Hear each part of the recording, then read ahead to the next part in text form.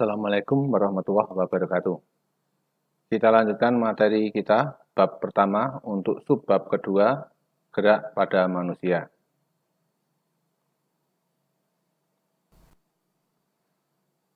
Tujuan pembelajaran setelah memperhatikan penjelasan guru, siswa dapat memahami sistem gerak pada manusia. Yang dipelajari pada sistem gerak manusia adalah rangka, sendi, otot, gangguan, serta upaya menjaga sistem kesehatan sistem gerak pada manusia. Kita mulai dari yang pertama, yaitu rangka. Jadi manusia tersusun organ gerak yang pertama adalah rangka, mulai dari ujung kepala sampai dengan ujung kaki. 4 fungsi utama rangka adalah memberi bentuk dan menopang tubuh. Jadi supaya tubuh bisa menjadi tegak, penopangnya adalah rangka.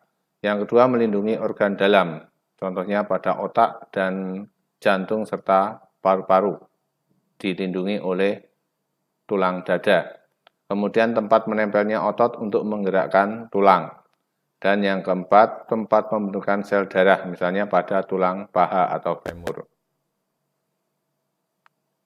Bagian-bagian dari rangka, mulai yang paling atas, ini adalah tulang tengkorak. Tulang tengkorak ini fungsinya adalah melindungi bagian dalam yang berupa otak, juga mata. Kemudian tulang selangka, yaitu tulang yang melintang di depan, di bawah dagu atau di bawah leher, kanan dan kiri, namanya tulang selangka. Di bagian belakang ini adalah tulang belikat. Bentuknya seperti centong, orang Jawa biasa menyebutnya bagian centong itu ya bagian ini. Kemudian tulang dada, yang ada tepat di tengah-tengah dada, disebut juga sternum. Kemudian tulang rusuk, jadi tulang rusuk yang bentuknya seperti sangkar atau keranjang, ini adalah tulang-tulang rusuk yang berfungsi melindungi bagian dalam, di dalamnya ini adalah paru-paru dan jantung. Kemudian tulang punggung atau vertebrata, kemudian tulang lengan atas, jadi untuk tangan, lengan atas atau humerus, kemudian lengan bawah terdiri dari 2 tulang, yaitu tulang pengumpil. Tulang pengumpil ini yang menjadi satu atau nyambung ke ibu jari. Kemudian tulang hasta atau ulna ini adalah yang lurus dengan kelingking. Jadi yang lurus dengan kelingking adalah hasta, yang lurus dengan ibu jari ini namanya tulang pengumpil. Kemudian tulang pergelangan tangan, ini adalah tulang pergelangan tangan. Kemudian tulang telapak tangan dan tulang ruas jari. Bagian di bawah yang biasa kita gunakan untuk duduk ini adalah tulang pinggul. Kemudian bagian kaki dimulai yang atas adalah tulang paha atau femur, di mana di dalam femur ini juga tempat pembentukan darah. Kemudian tulang lutut atau juga bisa disebut tulang tempurung atau patella. Kemudian pada kaki bawah ini terdapat tulang kering atau tibia. Jadi tulang kering itu adalah tulang yang besar berada di bagian depan. Atau mungkin kalau orang Jawa menyebutnya gares. Kemudian di belakangnya ada tulang betis atau fibula. Tulangnya lebih kecil. Kemudian tulang ruas jari kaki atau falang.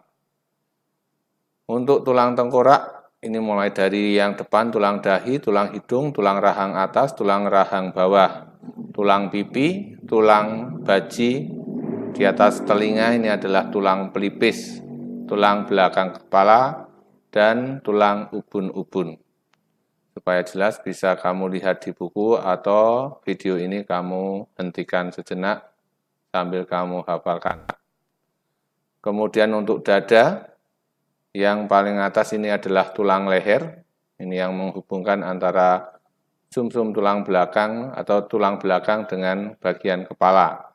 Kemudian ini adalah tulang dada, terdiri dari 3, yaitu manubrium sterni, corpus sterni, dan processus xiphoid. Kemudian untuk tulang rusuk, ini ada 3 macam tulang rusuk, yaitu rusuk sejati, ada 7 buah. Tulang rusuk sejati ini adalah tulang yang dari tulang belakang, kemudian terhubung langsung ke tulang dada. Ini adalah tulang rusuk sejati. Kemudian tulang rusuk palsu. Tulang rusuk palsu ini adalah tulang rusuk dari tulang belakang, tetapi dia tidak langsung nyambung ke bagian tulang dada. Jadi 3 tulang rusuk ini akan menjadi satu, kemudian akan terhubung dengan tulang rusuk sejati yang paling bawah. Ini adalah tulang rusuk palsu. Kemudian ditambah 2 tulang rusuk melayang. Rusuk melayang itu adalah tulang dari tulang belakang tetapi tidak terhubung baik langsung maupun tidak langsung ke tulang dada. Di bagian depan tulang-tulang rusuk ini adalah tulang rawan. Kemudian untuk tangan, tadi sudah dijelaskan. Jadi bagian-bagiannya tulang lengan atas, hasta, pengumpil ini dengan ibu jari, hasta ini dengan kelingking. Kemudian untuk kaki, ini juga sama, paha, tempurung atau lutut, kering yang besar, betis yang kecil, pergelangan kaki, telapak kaki, dan jari kaki. Struktur tulang. Struktur tulang terdiri dari yang paling luar, ini adalah periosteum. Ini adalah bagian paling luar. Kemudian di dalamnya terdapat tulang kompak. Jadi yang keras itu adalah tulang kompak. Di dalamnya ada sumsum tulang berwarna putih. Kemudian di dalam sumsum tulang terdapat pembuluh darah. Di bagian ujung-ujung tulang ini terdapat tulang spons, yaitu tulang yang banyak rongganya. Kemudian di bagian luar ujung-ujung tulang ini terdapat tulang rawan atau kartilago. Macam-macam bentuk tulang.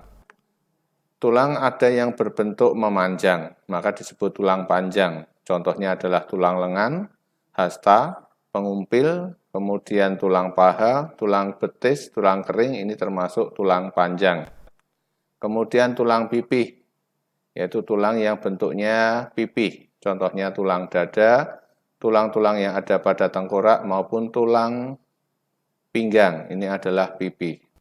Kemudian tulang pendek adalah tulang-tulang yang ukurannya pendek. Contohnya adalah tulang ruas jari kaki, jari tangan, ini adalah tulang-tulang pendek. Kemudian tulang tidak beraturan itu adalah tulang yang bentuknya tidak beraturan, tidak pipih, panjang maupun pendek. Misalnya pada tulang punggung atau tulang belakang. Sendi. Sendi adalah tempat bertemunya dua tulang atau lebih. Sendi dibagi menjadi sinartrosis, yaitu sendi yang tidak dapat digerakkan. Contohnya, sendi pada tulang tengkorak. Amfiartrosis, sendi yang dapat digerakkan, tetapi terbatas. Contohnya, antar ruas tulang belakang. Diartrosis adalah sendi yang dapat digerakkan dengan bebas. Sendi diartrosis itu terdiri dari yang pertama sendi peluru. Disebut sendi peluru karena salah satu ujungnya berbentuk membulat seperti peluru. Kemudian contohnya adalah sendi penghubung antara tulang belikat dan lengan atas maupun tulang pinggang dengan paha atas.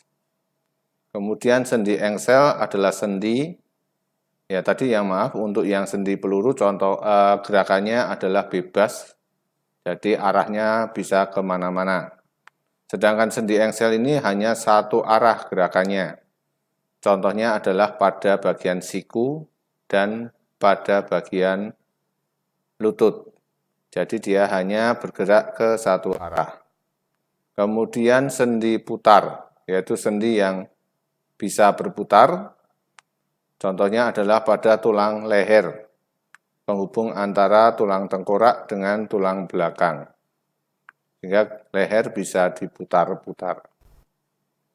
Sendi pelana, bentuknya seperti pelana kuda, contohnya pada tulang penghubung antara tulang telapak tangan dengan tulang pergelangan tangan. Kemudian sendi geser, itu adalah sendi yang pergerakannya dengan cara bergeser. Contohnya pada tulang pergelangan tangan.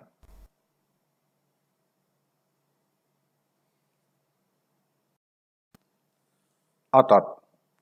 Otot adalah penggerak bagian-bagian tubuh, sehingga otot ini disebut alat gerak aktif. Jika sebelumnya kita mempelajari tulang, tulang itu adalah alat gerak, tetapi dia tidak aktif, karena digerakkan oleh organ yang namanya otot. Cara kerja otot itu adalah kontraksi dan relaksasi. Kontraksi itu memadat dan memendek. Sedangkan relaksasi itu adalah otot memanjang. Contoh, misalnya pada lengan atas itu terdiri dari sepasang otot yang disebut otot bisep yang ada di bagian depan atau di bagian atas, kemudian otot tricep ini yang ada di belakang atau di bawah. Ketika tangan digerakkan ke atas, ditekuk ke atas lengan bawahnya, maka otot bisep akan kontraksi, akan memendek, sehingga ini akan tertarik ke atas lengan bawahnya ini. Sedangkan tricepnya ini otomatis akan memanjang. Jadi ini akan saling berlawanan. Jika salah satu kontraksi, yang satu pasti relaksasi. Demikian juga kalau lengan bawah diluruskan, maka tricepnya yang kontraksi, dia akan menarik lengan bawah supaya lurus, sementara bicepnya akan memanjang. Macam-macam otot. Seperti yang pernah dipelajari di kelas 8, bahwa otot ini terdiri dari otot rangka atau lurik. Ciri-cirinya adalah bentuknya bergaris-garis atau lurik. Ini terdapat di semua bagian tubuh atau organ gerak manusia. Otot-otot luar itu semuanya berupa otot-otot rangka atau lurik.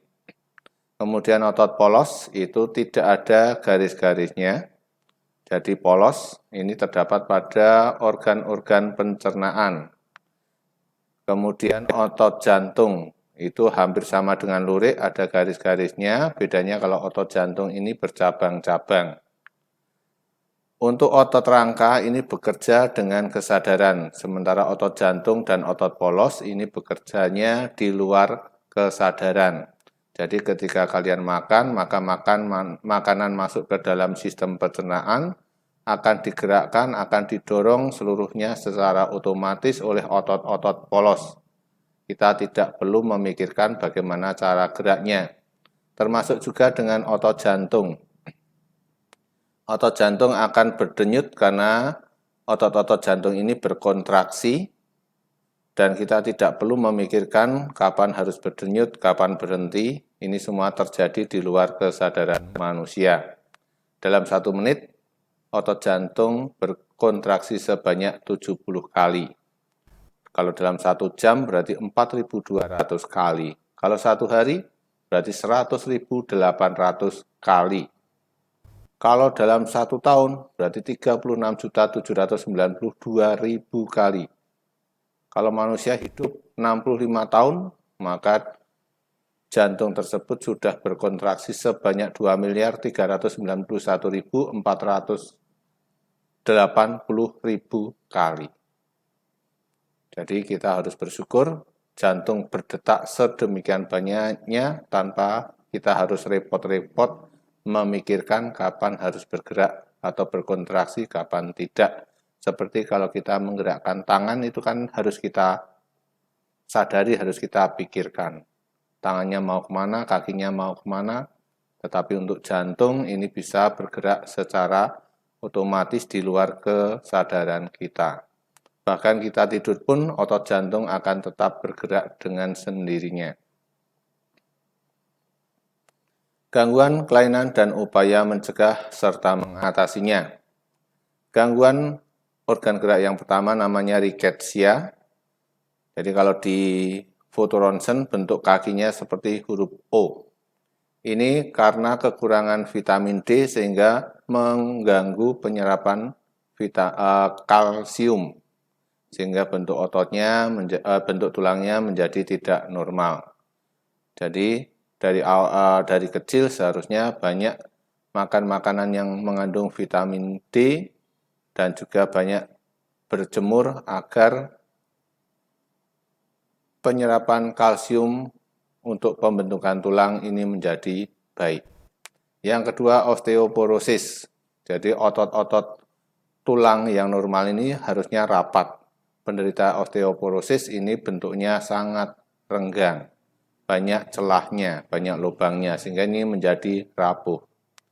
Penyebabnya bisa karena kekurangan kalsium, terutama pada orang-orang yang sudah tua. Kemudian artritis, ini penyebabnya pada sendi terjadi penumpukan asam, ya, urat. Dan juga bisa juga karena penyakit gangguan tulang seperti rematik. Jadi kalau ada penumpukan asam urat di bagian sendi akan menyebabkan sendinya sakit, bahkan bisa menjadi bengkok seperti ini. Ini yang normal, ini yang sudah terkena, dan ini yang sudah parah. Fraktura atau patah tulang ini penyebabnya karena jatuh atau kecelakaan, terkena benda keras sehingga pada bagian tulangnya ada yang mulai retak sampai yang patah. Retaknya ada yang miring, ada yang hanya tercuil, ada juga yang berbentuk seperti spiral. Asal masih nyambung ini namanya fraktura tertutup. Kemudian kalau fraktura terbuka ini sampai lepas.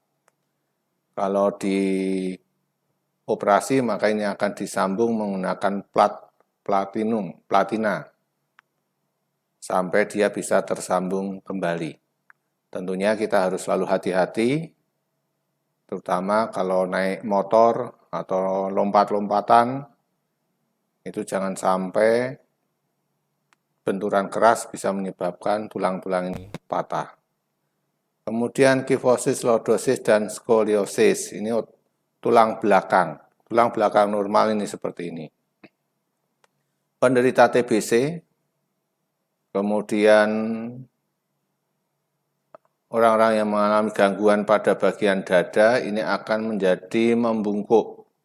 Nah, membungkuk ini akan menyebabkan tulang belakang bagian atas di belakang dada menonjol ke belakang. Ini namanya kifosis.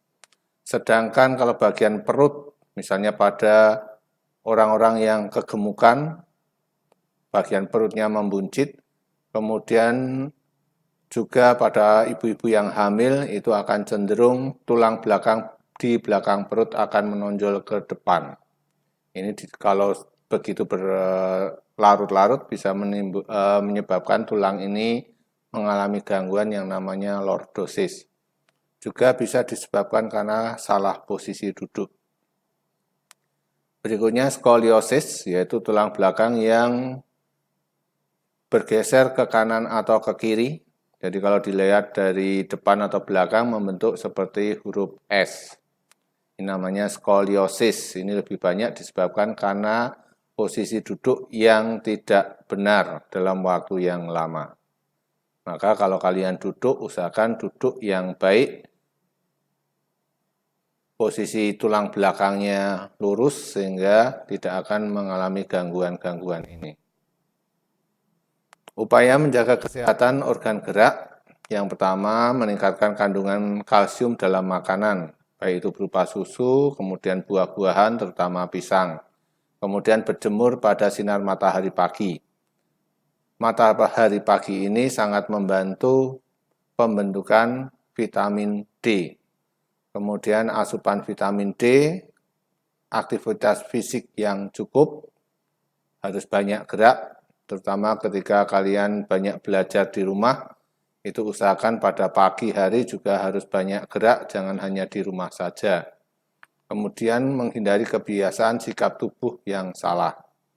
Jadi membaca, menulis, menggunakan HP, usahakan duduk dengan baik. Jangan duduk dengan cara yang tidak benar sehingga dapat menyebabkan organ gerak terutama pada tulang belakang menjadi tidak normal. Demikian untuk subbab yang kedua. Masih ada satu subbab lagi, insya Allah akan kita sambung minggu depan. Jangan lupa tulis komentar, buat ringkasan di buku catatan, dan kerjakan latihan soalnya. Assalamualaikum warahmatullahi wabarakatuh.